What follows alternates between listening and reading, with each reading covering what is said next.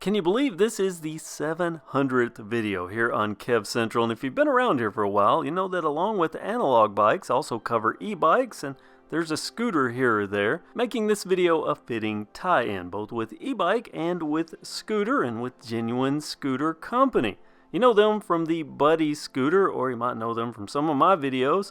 I started out years ago as a Genuine Scooter Company owner with the Stella. That's my old Stella, or what used to be my old Stella, that black one back there. And after a scooter hiatus of a few years, I got back on the road with another scooter, another genuine product, the Roughhouse R50 Sport. I still have that, and I've added another genuine scooter, the Rattler 200i. I tell you all this because along with scooters and a motorcycle, Genuine now sells e-bikes too. They launched with 3 models, and anyone that knows me can tell you exactly which one of these caught my eye. The Moped-Style eBike, the XS750F.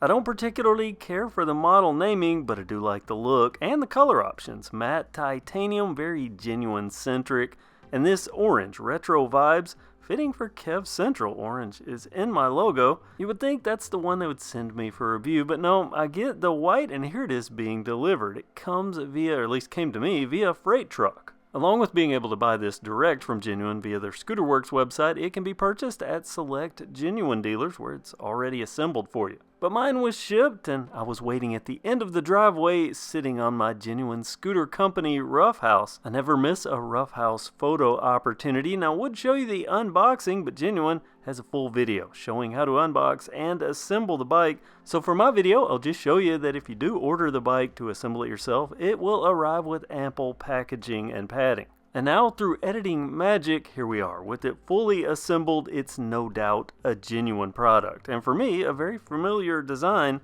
I know and I like this frame. I know it's strong. My question is, how would Genuine equip this? Well, let's find out. Moped-style bike, moped-style handlebars perched up high. And handlebar handles, why don't we call them that? Instead, we call them grips. These are leather-like with nice stitching. A half grip on the right because this bike has a twist throttle. Twist and goers rejoice, no pedaling up to 20 miles per hour if that's your desire. But this is a bicycle and one with gears, 7 speeds, shifted with this Shimano thumb lever shifter. Tried and true, good enough to consistently do the job. A half grip on the right, of course, because of that twist throttle. The other handlebar handle, I'm trying to make that stick, it's a full grip on the left. Beside that, the bike's controls all the functions workable via this small water-resistant control pad. There's also a bike bell to keep the bicycle experience genuine. See what it did there? Brakes, mechanical disc with premium levers, or at least the ones with the padded rubber insert. Looking at this from an experienced e-biker perspective, I look past those. I want to see if there's a motor shutoff switch, and yes there is. Branding for the brakes, Tektro. The model Aries, these are disc brakes, front and rear, 180mm rotors, front and rear. Back to the bars and to the center of the bars where the bike's display is located. It's large but not too large. It's a backlit LCD display. Feature set, the usuals. There's displays for the pedal assist modes, all 5 levels. That's in the upper right hand corner. Top left is the battery indicator. Middle left, if you have the headlight on or off. The bottom, that cycles between odometer, trip meter, or ride timer. The largest section in the center is the live speedo, and that can be cycled between live speedo, average speed, or max speed displays. And there's one more feature, an integrated USB port that's powered, so a phone or other device can be powered directly from the display. And that's all perched on a Pro Max stem and a nice stem spacer stack keeping things high. The head tube, rather the front of the head tube, there are hard points for the optional accessories or accessory. At the time I'm making this video, I only see a basket as an option, but there's probably a rack too. Moving down the front, well, front end, all the stuff that makes up the suspension and the front wheel. The suspension has no brand, but it looks strong, and the features include a preload adjuster and a manual lockout. And this is a suspension fork, no spec given, but there's roughly 40mm of travel. Along with being somewhere to bolt the front wheel, the fork's arch also serves as a parking spot for the bike's included headlight. And this is a nice light, somewhat of a halo ring around it with a dual projector beam. It's bright and it has ribbing to dissipate heat. Also bolted to the fork's arch, the front fender, a thick ABS plastic fender, and I can tell you, being a genuine owner for years, they would not use the single bolt floppy type that just kind of moves around. This bolts to the arch and to the stanchion tubes. And obviously the fork ends where the wheels start. The wheels are wrapped in Kenda Crusade tires, 20 by 4.0 fat tires, and these have a thin reflective sidewall. Those are mounted to alloy wheels, a familiar mag pattern up front with a twist. There's a slight wave to the design, kind of a retro modern look. Moving to the drivetrain, familiar but also built with genuine robustness in the component selection. Alloy Welgo pedals, alloy crank arms, 170mm if that matters to you, and a single large chainring. Genuine went for the upscale option, alloy with machined concentric circles. It's a nice clean look that should be trouble-free. There's no shifting up front. That happens at the back, where they didn't settle for a basic tourney. They equipped this model with a Shimano Altus. More than enough to get this shifting job done, at least that's done on e-bikes, especially one with a throttle. The actual rear gearing is a freewheel, a 14 to 28 tooth, and that's bolted to the motor XS 750F, so you get one guess, 750 watts. As far as the XS part of that, I don't know. That rear hub motor is part of a wheel set that, like the front, is 20 by 4.0 wrapped with an ABS fender. It's a nice matching look, front and back. Next, we're going to talk about comfort, specifically the saddle. I've seen a lot of banana seats lately on these moped-style e-bikes. This is, well, not a full banana, so I'll call this a half nanner. One benefit to the smaller seat is while it loses rear passenger capacity, the bike gains a spot to put other stuff. Books, bags, whatever you want to put, with flair on a nice wooden insert that classes up this whole seat area. And that wood accent's bolted to somewhat of a rear rack. Also the location for the bike's tail light.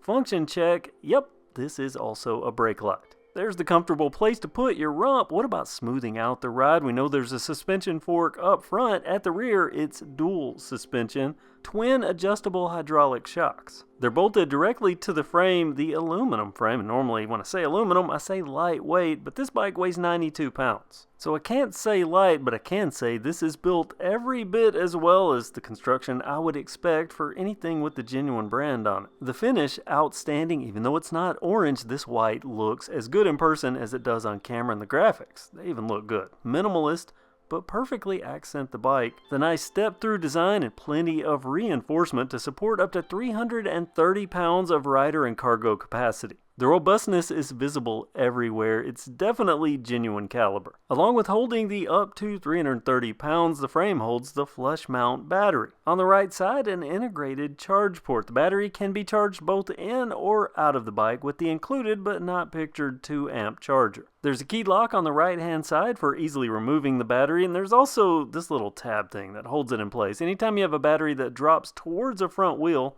it's a fail-safe. The actual battery itself, that's a 48 volt 15 amp hour 720 watt hours. It says so in 2 places. It also has an integrated charge level display. Easy out, easy to get back in the bike, and enough power to get that 750 watt motor moving, which we'll get to right now with the ride. 48 volts, 750 watts, that's right in the sweet spot for current production e-bikes. Performance expectations, if you like 20 miles per hour, you're gonna love it because that's what the bike will zip right up to. And also where it is capped, meaning there's more power available that should help on hills, but for assisted or throttle only speed, it's gonna cap out at 20 miles per hour, which is plenty fast and the legal max in many areas. Smoothness, my one-handed riding test, nice and easy. Do not attempt that. I'm a trained idiot. Pedal assist, 5 levels. They start out at 8 miles per hour and work their way up. Throttle only is how I ride most of the time, especially on these moped-style e-bikes. And this one will zip around, throttle only, pedal only, whatever you want to do all day. It's nice, fun, and it's an agile ride. And the good thing is, even if you don't use the pedals most of the time, it's nice to have them for areas like this, where I'm riding through campus. It's technically a bike, so I can do that. Even though it's a heavy bike, it's still flickable and maneuverable like a standard bike, but there's a benefit to that extra weight. 92 pounds has a hidden bonus that comes with weight. Heavy bikes with the suspension tend to be the most smooth. Like on this sidewalk, super bumpy, yet you can see I'm not moving around. It's a glidey, smooth ride. To have that, but still have the flickability, the maneuverability, I mean, it feels like a lighter bike, but it's not, and that's a good thing. At least for this style bike, and I could feign surprise, but it's really what I expect for anything with the genuine brand on it, for it to be the best of what it is. Claimed range is up to 45 miles, which technically I guess possible in pedal assist 1. Throttle only, you're going to get about 12 to 15 miles per charge. At least if you ride like I do, which is usually full throttle. Now, let me tell you about the downhill test. You usually roll down this, but I can tell you the pedal cadence all the way up to 24 miles per hour. You have some pedal resistance. Free rolling, this breaks a record, I think, 35 miles per hour. The brakes, they can slow it, and that's 15 miles per hour above the stated top speed.